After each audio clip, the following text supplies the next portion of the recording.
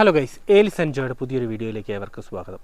അപ്പോൾ ഇന്നത്തെ ഈ വീഡിയോയ്ക്കകത്ത് ഞാൻ നിങ്ങളിലേക്ക് എത്തിക്കാൻ ശ്രമിക്കുന്നത് കാനഡയുടെ ഇമിഗ്രേഷൻ മിനിസ്റ്റർ ആയിട്ടുള്ള മാർക്ക് മില്ലർ കഴിഞ്ഞ കുറേ ദിവസങ്ങളായിട്ട് പറഞ്ഞിരിക്കുന്ന കുറേ ലേറ്റസ്റ്റ് അപ്ഡേറ്റ്സ് നിങ്ങളിലേക്ക് എത്തിക്കുക എന്നുള്ളതാണ് ഈ വീഡിയോയുടെ ഉദ്ദേശം. International students are a valuable asset to this country. They are bright young individuals that enrich our communities and bring significant social, cultural, and economic benefits. They deserve the best. They deserve world-class academic experiences that they sought out and hoped for. And Canada is renowned for that. Sadly, this has not always been the case. അപ്പോൾ latest ആയിട്ട് വന്നിരിക്കുന്ന ഈ updates പ്രകാരം ഇനി തൊട്ട് കാനഡയിൽ student visa നോക്കി വരുന്ന അല്ലെങ്കിൽ സ്റ്റുഡൻറ്റ് വിസ പോകാൻ ആഗ്രഹിക്കുന്ന ആളുകൾക്ക് നല്ലൊരു തിരിച്ചടി എന്നുള്ള രീതിയിലാണ് ഈ വന്നിരിക്കുന്ന ഓരോ അപ്ഡേറ്റ്സും നമുക്കിപ്പോൾ നോക്കിക്കാണാൻ സാധിക്കുന്നത്. ആക്ച്വലി ഫസ്റ്റ് മാർക്ക് മില്ലർ പറഞ്ഞിരിക്കുന്ന കാര്യം 35% ഒരു ആളുകളുടെ കാര്യത്തിൽ ഇപ്പോൾ സ്റ്റുഡൻറ്റ് വിസ നോക്കുന്ന ആളുകളുടെ സ്റ്റുഡൻറ്റ് വിസ അപ്രൂവ് ചെയ്യുന്ന കാര്യത്തിൽ ഒരു 35% കുറവ് വരുത്താൻ ചാൻസസ് ഉണ്ടെന്നുള്ളതാണ് ഫസ്റ്റ് കാണിച്ചിരിക്കുന്നത്. അതേപോലെ തന്നെ ചില പ്രൊവിൻസുകളിൽ വരുമ്പോൾ അത് 50% വരെ ആവാനുള്ള ചാൻസസ് ഉണ്ട്. ഒൻറ്റാരിയോ പോലത്തെ ഫേമസ് ആയിട്ടുള്ള പ്രൊവിൻസുകൾ വരുമ്പോഴത്തേന് 50% വരെ സ്റ്റുഡൻറ്റ് വിസ അപ്രൂവ് ചെയ്യുന്ന കാര്യത്തിൽ ഇനി ഒരു കുറവ് വരുത്താനുള്ള രീതിയിലാണ് ആലോചിക്കുന്നത് എന്നുള്ളതാണ് ഇപ്പോൾ അറിയാൻ സാധിച്ചിരിക്കുന്നത്. അതേപോലെ രണ്ടാമത് വന്നിരിക്കുന്ന ഒരു അപ്ഡേറ്റ് പ്രകാരം ഇനി തൊട്ട് സെലക്റ്റഡ് ആയിട്ടുള്ള ചില കോഴ്സുകൾ ചെയ്യുന്ന ആളുകൾക്ക് മാത്രമേ സ്പൗസ് വിസ കൊടുക്കൂ എന്നുള്ള ഒരു രീതിയിലേക്ക് കാര്യങ്ങൾ മാറിയിട്ടുണ്ട്. സ്പൗസ് വിസ കൊടുത്താൽ അല്ലെങ്കിൽ ഇപ്പം നേരത്തെ ഒരു രീതി വെച്ചിട്ടാണെങ്കിൽ ഏത് കോഴ്സ് ചെയ്താലും നമുക്ക് സ്പൗസ് വിസ കിട്ടും എന്നുള്ള ഒരു രീതി മാറിയിട്ട് ഇനിയിപ്പം ഡോക്ടറൽ ഡിഗ്രികൾ, മാസ്റ്റേഴ്സ്, അതേപോലെ തന്നെ മെഡിക്കൽ പ്രൊഫഷനിൽ നിന്നുള്ള ആളുകൾ ഇങ്ങനെയുള്ള ഇതിൻ്റെ PG കോഴ്സസൊക്കെ ചെയ്യുന്ന ആളുകൾക്കായിരിക്കും സ്പൗസസിനെ കൊണ്ടുപോകാനുള്ളൊരു പെർമിഷൻ അല്ലെങ്കിൽ അതിന് വേണ്ടിയുള്ള സ്പൗസ് വിസ കിട്ടാനുള്ള ചാൻസസ് ഉള്ളൂ. സോ അല്ലാതെ ഇപ്പം ഗ്രാജുവേഷൻ കോഴ്സസ് അല്ലെങ്കിൽ അങ്ങനത്തെ കോഴ്സസൊക്കെ സെലക്ട് ചെയ്യുന്ന ആളുകൾക്ക് സ്പൗസിന് വിസ കൊടുക്കുന്ന ആ ഒരു സമ്പ്രദായം മാറ്റാൻ പോവുകയാണെന്നാണ് ലേറ്റസ്റ്റ് അപ്ഡേറ്റ് പ്രകാരം ഇപ്പോൾ നമുക്ക് മനസ്സിലാക്കാൻ സാധിക്കുന്നത്.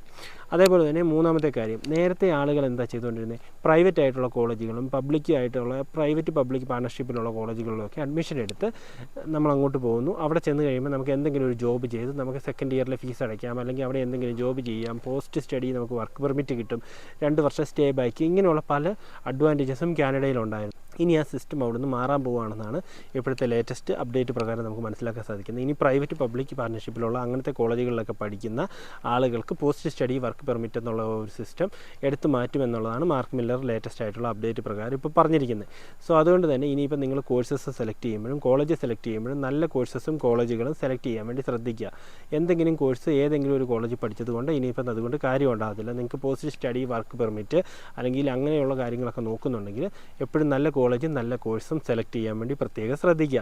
ഏജൻസികളുടെ മോഹന വാഗ്ദാനങ്ങളിൽ പെട്ടുപോയി അല്ലെങ്കിൽ എന്തെങ്കിലും ഒരു കോഴ്സ് ഏതെങ്കിലും കോളേജിൽ പഠിച്ചിട്ട് നമുക്കൊരു ജോബ് കിട്ടുമെന്ന് ഓർത്ത് ആരും അല്ലെങ്കിൽ അവിടെ സെറ്റിലാകുമെന്ന് വിചാരിച്ച് ആരും അങ്ങനെ എടുത്തു ചാടരുത്.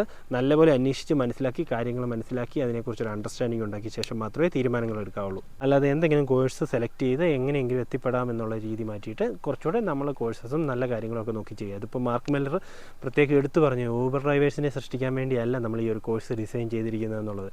അത് പൊതുവായിട്ട് കണ്ടുവരുന്നൊരു സിസ്റ്റം ആയതുകൊണ്ടാണ് അതങ്ങനെ പറയേണ്ട ഒരു സാഹചര്യം. എവിടെയാണെങ്കിലും നമ്മൾ കിട്ടുന്ന അവസരങ്ങളെ നശിപ്പിച്ചെടുക്കുന്ന ഒരു കൂട്ടം അങ്ങനത്തെ ഒരു പ്രവണതയുള്ള ഒരു കൂട്ടം ആളുകൾ കാരണം ഉണ്ടാകുന്നതാണ് ഈ പ്രശ്നങ്ങളെല്ലാം. സോ അതുകൊണ്ട് തന്നെ ഇനി അങ്ങനത്തെയുള്ള കാര്യങ്ങൾ ചെയ്യുമ്പോൾ ശ്രദ്ധിക്കുക. കോഴ്സസ് ചൂസ് ചെയ്യുമ്പം എല്ലാവരും അങ്ങനെയാണെന്ന് നമുക്ക് ഒരിക്കലും പറയാൻ പറ്റത്തില്ല. സോ അതുകൊണ്ട് തന്നെ കോഴ്സസ് ചൂസ് ചെയ്യുമ്പോൾ നല്ലപോലെ ശ്രദ്ധിച്ച് നല്ല കോളേജുകൾ ചൂസ് ചെയ്ത് പോകാൻ വേണ്ടി ശ്രദ്ധിക്കുക. ഏജൻസികളുടെയൊക്കെ മോഹന വാഗ്ദാനങ്ങളിൽ പെട്ട് വീണ്ടും പോകാതിരിക്കാൻ ശ്രദ്ധിക്കുക. അതേപോലെ തന്നെ നാലാമത് വന്നൊരു അപ്ഡേറ്റ് പ്രകാരം ഇനി തൊട്ട് ഓരോ പ്രൊവിൻസിൻ്റെയും അറ്റസ്റ്റേഷൻ നിർബന്ധമാണ്. സ്റ്റുഡൻറ്റ് വിസയ്ക്ക് വേണ്ടി അപ്ലൈ ചെയ്യുന്ന ആളുകൾ അതും കൂടെ ചെയ്യുന്ന കാര്യം ശ്രദ്ധിക്കുക. അപ്പോൾ 2024 സെപ്റ്റംബർ തൊട്ടുള്ള ഇൻടേക്കിലാണ് ഇത് കൂടുതലായിട്ടും വരാൻ ചാൻസസ്. ഇപ്പം നിലവിലുള്ള സ്റ്റുഡൻസിന് അല്ലെങ്കിൽ നിലവിൽ കാനഡയുള്ള ആളുകൾക്ക് ഇത് ബാധിക്കില്ല എന്നുള്ളതാണ് ഇപ്പോഴത്തെ ലേറ്റസ്റ്റ് അപ്ഡേറ്റ് പ്രകാരം നമുക്ക് മനസ്സിലാക്കാൻ സാധിക്കുന്നത്. ഇനി പോകാൻ നിൽക്കുന്ന ആളുകൾക്ക് ഇത് ബാധകമായിരിക്കും. സോ അതുകൊണ്ട് തന്നെ അത് നിങ്ങൾ നല്ലപോലെ നോക്കി അന്വേഷിച്ചിട്ട് സെപ്റ്റംബർ ഇൻടേക്കൊക്കെ നോക്കുന്ന ആളുകൾ പ്രത്യേകം ശ്രദ്ധിച്ച് മുന്നോട്ട് കാര്യങ്ങൾ കൊണ്ടുപോകുക. ഞാനൊരു ഇമിഗ്രേഷൻ കൺസൾട്ടൻറ്റോ അല്ലെങ്കിൽ ഒരു ഇമിഗ്രേഷൻ അതോറിറ്റിയോ അങ്ങനത്തെ കാര്യങ്ങളോ ഒന്നുമല്ല. അപ്പം നിങ്ങൾക്ക് ഇതിനെക്കുറിച്ചുള്ള ബാക്കി ഡീറ്റെയിൽഡ് ആയിട്ടുള്ള കാര്യങ്ങൾ അറിയാൻ വേണ്ടി ഞാൻ ഇതിൻ്റെ നമ്മുടെ വീഡിയോയുടെ ഡിസ്ക്രിപ്ഷനിൽ നമ്മളൊരു ലിങ്ക് കൊടുത്തേക്കാം. സോ നിങ്ങൾക്ക് അത് ആ ഒരു ലിങ്ക് ചെക്ക് ചെയ്യാവുന്നതാണ്. അതേപോലെ തന്നെ ഇങ്ങനെയുള്ള കാര്യങ്ങളിലൊക്കെ ഡിസിഷൻസ് എടുക്കുമ്പോൾ സ്റ്റുഡൻറ്റ് വിസ അതേപോലെ തന്നെ ലേറ്റസ്റ്റ് അപ്ഡേറ്റ്സ് ഒക്കെ അറിയാൻ വേണ്ടി എപ്പോഴും ഒഫീഷ്യൽ വെബ്സൈറ്റ്സ് ചെക്ക് ചെയ്യാൻ ശ്രദ്ധിക്കുക. കാനഡയുടെ ഒഫീഷ്യൽ വെബ്സൈറ്റിൽ അതിൻ്റെ ലേറ്റസ്റ്റ് ആയിട്ടുള്ള അപ്ഡേറ്റ്സ് ഒക്കെ വരാൻ ചാൻസസ് ഉണ്ട്. സോ അതുകൊണ്ട് തന്നെ നിങ്ങളത് ചെക്ക് ചെയ്യുക. അതിൻ്റെ ഡീറ്റെയിൽസ് നമ്മൾ ഇതിൻ്റെ വീഡിയോയുടെ ഡിസ്ക്രിപ്ഷനിൽ കൊടുത്തേക്കാം. എപ്പോഴും നിങ്ങൾ കാനഡയിലുള്ള മീഡിയാസിൻ്റെ ചാനലുകൾ അല്ലെങ്കിൽ അവിടുത്തെ ലേറ്റസ്റ്റ് ആയിട്ട് വരുന്ന ന്യൂസുകൾ ശ്രദ്ധിക്കുക. അതേപോലെ തന്നെ ഒഫീഷ്യൽ വെബ്സൈറ്റ്സ് നോക്കുക. അതേപോലെ തന്നെ ഇതിനെക്കുറിച്ച് കൂടുതൽ കാര്യങ്ങൾ മനസ്സിലാക്കി നല്ല രീതിയിൽ മുന്നോട്ട് പോകാൻ ശ്രദ്ധിക്കുക. അപ്പം അതായിരുന്നു ഇന്നത്തെ വീഡിയോ. അപ്പോൾ നിങ്ങൾക്ക് എല്ലാവർക്കും ഈ വീഡിയോ ഇഷ്ടപ്പെട്ടു എന്ന് വിചാരിക്കുന്നു. അപ്പോൾ ഈ വീഡിയോ നിങ്ങൾക്ക് ഇഷ്ടപ്പെട്ടെങ്കിൽ ഈ വീഡിയോ ഒന്ന് ലൈക്ക് ചെയ്യുകയും നിങ്ങളുടെ വിലയേറിയ കമൻറ്റ്സ് നമ്മുടെ കമൻറ്റ് ബോക്സ് വഴി അറിയിക്കുകയും ചെയ്യുകയാണെങ്കിൽ നമുക്ക് ഒത്തിരി ഹെൽപ്ഫുൾ ആയിരിക്കും. അപ്പോൾ നമ്മൾ ഈ ചാനൽ ആദ്യമായിട്ട് കാണുന്ന സുഹൃത്തുക്കൾ നമ്മൾ ഈ ചാനൽ ഒന്ന് സബ്സ്ക്രൈബ് ചെയ്യുകയും തൊട്ടടുത്തുള്ള ബെല്ലൈക്കൺ ഒന്ന് എനേബിൾ ചെയ്ത് വെക്കുകയും ചെയ്യുകയാണെങ്കിൽ നമ്മൾ അപ്ലോഡ് ചെയ്യുന്ന പുതിയ പുതിയ വീഡിയോസ് അപ്പോൾ തന്നെ നിങ്ങൾക്ക് നോട്ടിഫിക്കേഷൻസ് ആയിട്ട് ലഭിക്കുന്നതായിരിക്കും. സോ അതും കൂടെ പരിഗണിക്കുക. അപ്പോൾ അതായിരുന്നു നമ്മുടെ ഇന്നത്തെ വീഡിയോ. പിന്നെ നമുക്ക് മറ്റൊരു വീഡിയോ ആയിട്ട് കാണുമ്പോൾ തന്നെ ടേക്ക് കെയർ, ബൈ.